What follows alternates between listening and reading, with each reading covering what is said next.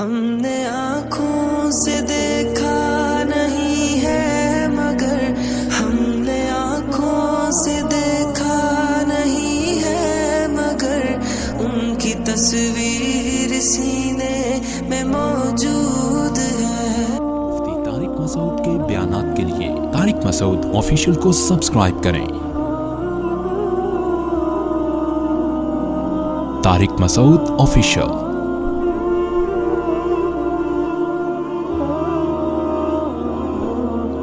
اللہ تعالیٰ نے آدم علیہ السلام سے کہا وَطَفِقَا يَخْصِفَانِ عَلَيْهِمَا مِنْ وَرَقِ الْجَنَّةِ وَنَادَاهُمَا رَبُّهُمَا أَلَمْ أَنْهَكُمَا عَنْ تِلْكُمَا الشَّجَرَةِ وَأَقُلْ لَكُمَا إِنَّ الشَّيْطَانَ لَكُمَا عَدُوٌّ مُبِينٌ۔ اے آدم، کیا میں نے تم دونوں سے پہلے نہیں کہا تھا کہ اس درخت کے قریب مت جانا، اور میں نے پہلے بتا دیا تھا کہ شیطان تم دونوں کا کھلا ہوا دشمن ہے، وہ تمہیں ورغلانے کی کوشش کرے گا۔ اب دیکھو شیطان کا ورغلانے کا اسٹائل بھی سمجھ میں آ گیا یہاں کہ شیطان ورغلاتا کیسے۔ لوگ یہ سمجھتے ہیں کہ شیطان گناہ کی خواہش دل میں ڈالتا ہے، یہ غلط ہے۔ گناہ کی خواہش یہ ویسے ہی دل میں ہوتی ہے۔ لوگ کہتے ہیں نا رمضان میں شیطان بند ہو جاتا ہے تو گناہ کیوں ہوتا ہے؟ تو گناہ کی جو خواہش ہے نا، یہ شیطان، بڑی پیاری بات کی ہے علماء نے کہ شیطان کو اللہ نے حکم دیا تھا آدم علیہ السلام کو سجدہ کرو، شیطان نے نہیں کیا، تو شیطان کو کس شیطان نے ورغلایا تھا؟ کیا ہو گیا بھائی؟ شیطان کو کسی شیطان نے بولا تھا کہ سجدہ نہیں کرو، یہ مٹی سے بنا اور تمہاری ویلیو گر جائے گی، تم آگ سے بنے ہوئے تم مٹی کو سجدہ کرو گے تو تمہاری ویلیو ختم ہو جائے گی۔ یہ پٹیاں کس نے بنائی تھی؟ کوئی اور شیطان تھوڑی تھا۔ شیطان کی اپنے ذات میں حسد اور جیلسی۔ تو انسان دو وجہ سے گناہ کرتا ہے، ایک تو یہ کہ اس کے دل میں خواہشات پوری کرنے کی چاہت اللہ نے ویسے ہی رکھی ہے۔ بھائی فرشتوں میں خواہشات ہوتی ہیں؟ نہیں ہوتی۔ فرشتوں میں نہ روٹی کی خواہش نہ کوئی اور خواہش، تو اللہ نے انسانوں میں رکھی ہوئی ہیں۔ روٹی بھی چاہیے، صحت بھی چاہیے، گھر بھی چاہیے، گاڑی بھی چاہیے، عزت بھی چاہیے، بہت ساری چیزیں چاہیے کر کے وہ ایک طویل فہرست بنائی ہوئی ہے اس نے۔ سر پہ بال بھی چاہیے، یہ بھی ضروری ہے۔ آج کل کیا ہمیشہ سے چاہیے، لیکن میں ان لوگوں سے کہتا ہوں کہ جو سر کے بال کٹا کے یہ سمجھتے ہیں کہ ہم اللہ کو راضی کر رہے ہیں، کم از کم یہ الزام اللہ پہ مت لگاؤ، ٹھیک ہے نا؟ بال کٹائیں، بعض لوگوں پہ ٹرینڈ اچھی لگتی ہے، لیکن اس کو سنت نہ سمجھیں۔ تو انسان کی طبیعت ایسی ہے کہ وہ خواہشات کی طرف مائل ہوتا ہے، اس کی فطرت ہے۔ وہ تو شیطان نہ بھی کہے تو مائل ہوتا ہے۔ دیکھو جب روزہ رکھتے ہیں تو ہمارا پانی پینے کا دل چاہتا ہے کہ نہیں چاہتا ہے پیاس میں؟ تو یہ شیطان سمجھا رہا کہ پانی پیو؟ بولے نا بھائی، وہ تو میڈیکل سائنس یہی کہتی ہے کہ جب پیاس لگے گی تو پانی پینے کا دل چاہے گا، تبھی تو روزے کا ثواب ملے گا۔ بھوک لگے گی تو روٹی کھانے کا دل چاہے گا۔ ہاں، اب مسلمان یہ دیکھتا ہے بھائی اللہ کی طرف سے اجازت ہے تو کھا لو، اجازت نہیں ہے تو نہیں کھاؤ۔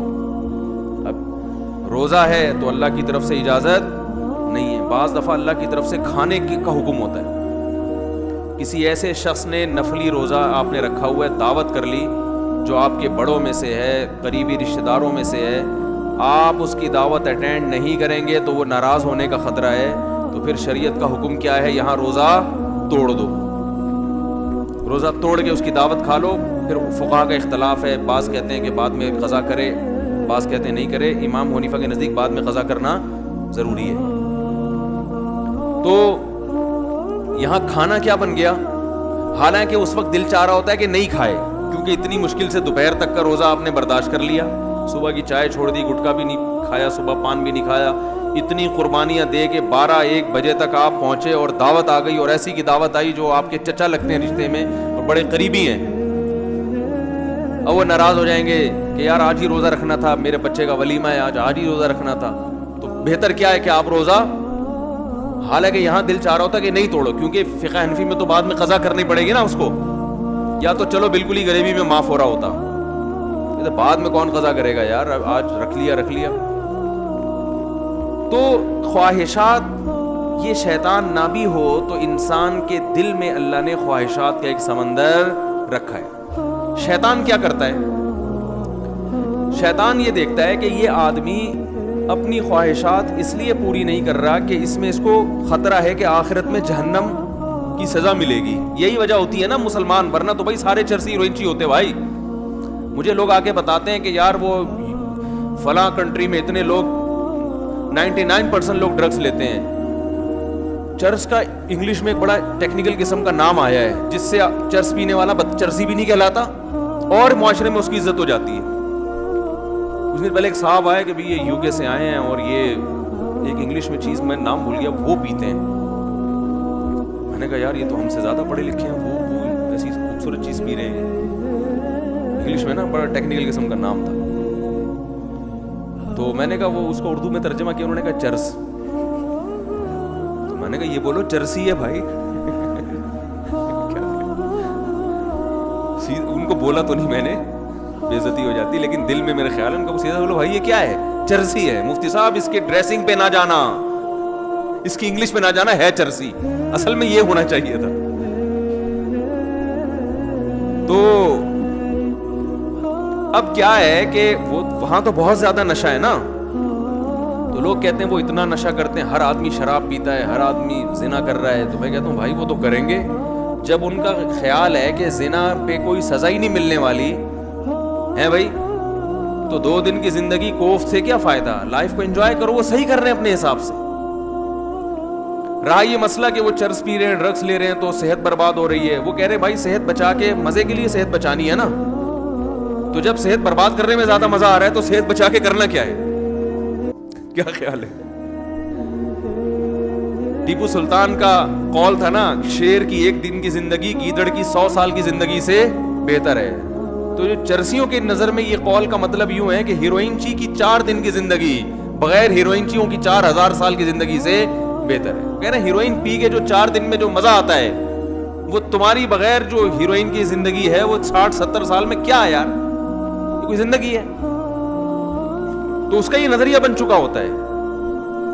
تو جب وہ اس کو کوئی آخرت کا خوف ہی نہیں ہے, اللہ کے سامنے جواب دہی کا وہ خوف ہی نہیں ہے, تو وہ جو چاہے کرے. بھائی مسلمان کیا کرتا ہے کہ جب گناہ کی طرف اس کی طبیعت مائل ہوتی ہے, جو ہر ایک کی مائل ہوتی ہے, علماء کی بھی ہوتی ہے, بزرگوں کی بھی ہوتی ہے, عامی آدمی کی بھی ہوتی ہے, یہ تو انسان کی نیچر ہے. بھائی بھوک لگی ہوگی تو روزے میں دل شدید بھوک لگ رہی ہے. آپ دیکھو جب رمضان گرمیوں کا روزہ ہو اور دسترخوان پہ بیٹھے ہوئے ہوں, سامنے چاٹ اور پتہ نہیں کیا کیا چیزیں مزے کی رکھی ہوئی ہوتی ہیں, تو مفتی صاحب بھی ٹائم دیکھ رہے ہوتے ہیں نا جلدی یار کتنا ٹائم رہ گیا, کیا خیال ہے. تو پتہ چلتا بھائی اس کا بھی دل چاہ رہا ہے. تو بزرگ بیٹھے ہوں گے وہ بھی بار بار دیکھ رہے ہوں گے, اذان کی طرف توجہ ہوگی کہ یار کب سائرن بجے گا یا کب اذان ہوگی. تو یہ جو خواہشات اللہ نے ہمارے اندر رکھی ہیں, ان خواہشات کی طرف ہر ایک کی طبیعت مائل ہوتی ہے. لیکن ان خواہشات پہ مسلمان عمل کیوں نہیں کرتا؟ بھائی ناجائز ہے, ضمیر ملامت کرتا ہے, بھائی سزا ملے گی اس پر, دنیا میں بدنام بھی ہو سکتے ہیں اور آخرت میں بھی سزا مل سکتی ہے. یہ چیزیں ہیں جو زنا سے بھی روکتی ہیں, شراب سے بھی روکتی ہیں, ماں باپ کے ساتھ بدتمیزی سے بھی روکتی ہیں, اور بہت ساری چیزوں سے. شیطان کیا کرتا ہے کہ جب آپ بریک لگا رہے ہو نا, اس کے انجام کو دیکھ کے, تو شیطان اس کا بھیانک انجام پہ ایک چمک پٹی جو ہے نا, یا ایک خوبصورت چادر لگا کے اس بھیانک انجام کو خوبصورت کر کے دکھا دیتا ہے. بات آ رہی ہے سمجھ میں؟ شراب پینے والا جو پہلی دفعہ شراب پیتا ہے تو اسے پتا ہوتا ہے کہ یہ غلط ہے, تبھی وہ کبھی اپنی اولاد کے لیے شراب کو پسند نہیں کرے گا کہ میرے بچے بھی شرابی ہوں, میری بیگم بھی شراب پیتی ہو, میرے ابا بھی پیتے ہوں, میری اماں بھی پیتی. وہ کہے گا میں ہی پیوں, باقی میرے رشتہ داروں میں کوئی نہ پیے. تو پہلی دفعہ جب شیطان اس کو شراب پلواتا ہے, اسے پتا ہوتا ہے کہ یہ انسان کو پتا ہوتا ہے یہ غلط ہے, اس کا انجام برا ہے, اس سے جگر خراب ہو جاتا ہے, اور پھر عادت پڑ جاتی ہے, جو نہیں ملے گی تو دماغ خراب ہوگا, اور قتل بھی ہو جاتے ہیں, سب واقعات اس کے سامنے ہوتے ہیں. لیکن وہ یہ کہہ کے پیتا ہے کہ شیطان اسے کہتا ہے اگر تم نے یہ لذت حاصل نہیں کی اور اس کے بغیر ہی دنیا سے چلے گئے تو یہ مزہ تو بولو بھائی رہ گیا. بعض دفعہ یہ کہتا ہے پی لو 1-2 دفعہ سے کیا ہوتا ہے توبہ کر لینا. بعض دفعہ یہ کہتا ہے تمہاری ٹینشنیں اتنی ہیں کہ شراب کا جو نقصان ہے وہ نقصان اتنا زیادہ نہیں ہے جتنا یہ ٹینشن تمہیں نقصان دے رہی ہے, تو علاج کے طور پر پی لو, یہ ٹینشن تو ختم ہوگی نا. بھائی لوگوں کو غم ہوتا ہے نا, اسٹریس میں آتے ہیں, کوئی بھاگ گئی, کوئی منگنی ٹوٹ گئی, کہیں جاب لیس ہو گئے, درجنوں قسم کے مسائل دنیا میں لوگوں کے ساتھ چل رہے ہیں. تو اب وہ اسٹریس ہوتی ہے, ٹینشن, وہ چائے سے ختم نہیں ہوتی, وہ کافی سے ختم نہیں ہو رہی, تو کہتے ہیں یار تھوڑا سا پی لیتے ہیں, دماغ کیا ہو جائے گا, ریلیکس, وہ ٹینشن بھول جائیں گے. تو یہ شیطان یہ کیا کرتا ہے, وَزَيَّنَ لَهُمُ الشَّيْطَانُ أَعْمَالَهُمْ, شیطان, قرآن کہتا ہے کہ شیطان کسی برائی میں جو بدبو ہے نا اور جو گندگی ہے اس کو ہٹا کے اس کو مزین کر دیتا ہے. زینت کسے کہتے ہیں؟ زینت کہتے ہیں نا کوئی مزین کا مطلب یہ نہیں کہ یہ چیز واقعی اچھی ہے یا نہیں ہے, میک اپ اچھا ہے, اس کو زینت کہتے ہیں. بھائی زینت اوپر کی چیز ہے نا, خواتین جو بیوٹی پارلر میں جا کے بنتی ہیں تو کیا اندر سے تھوڑی چینج ہو جاتی ہیں؟ جو بدصورت ہے وہ بدصورت ہی رہتی ہے, جو خوبصورت ہے وہ خوبصورت, لیکن بدصورت کو ڈسٹیمپر کر کے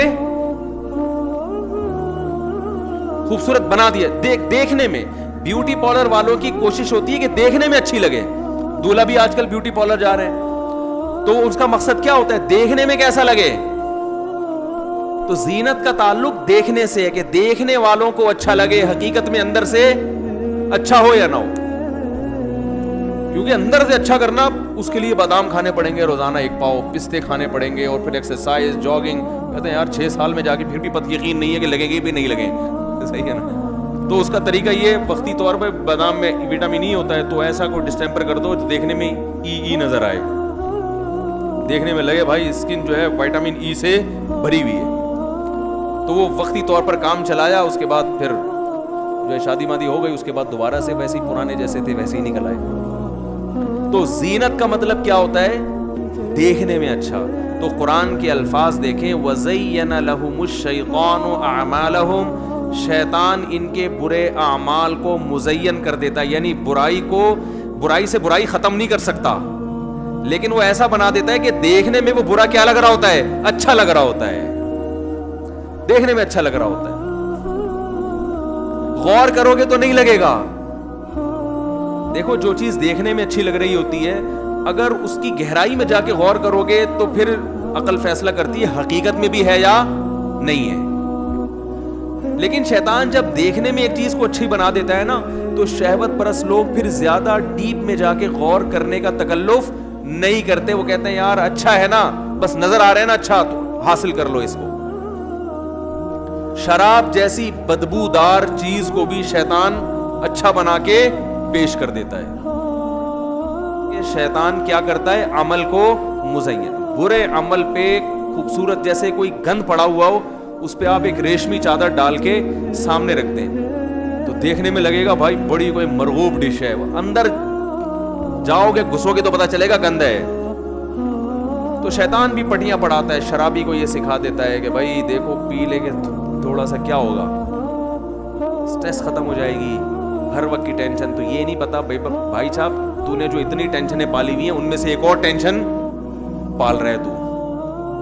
10 پہلے تھی, یہ ٹینشن ختم نہیں کرے گی, بلکہ ایک اور ٹینشن, اب ایک شراب کی ٹینشن بھی تمہارے ساتھ لگ گئی ہے. پہلے 10 غم تھے, 10 غم میں ایک جاب لیس ہونا, ایک بیگم کا قابو میں نہ آنا, اور عاملوں کا پیسے کھا جانا, صحیح ہے نا, گھر میں خون کے چھینٹے نظر آنا, سر پہ بال نہ اگنا, اور چھوٹے بھائی کے ساتھ یہ گھٹنے کا مسئلہ, اور بڑے والے کے ساتھ گردے کا مسئلہ, اور تمہیں شوگر کا مسئلہ. یہ 10 قسم کی ٹینشنیں اور تھیں جن کو سوچ سوچ کے تم پاگل ہو رہے تھے, محلے میں عزت نہ ہونا.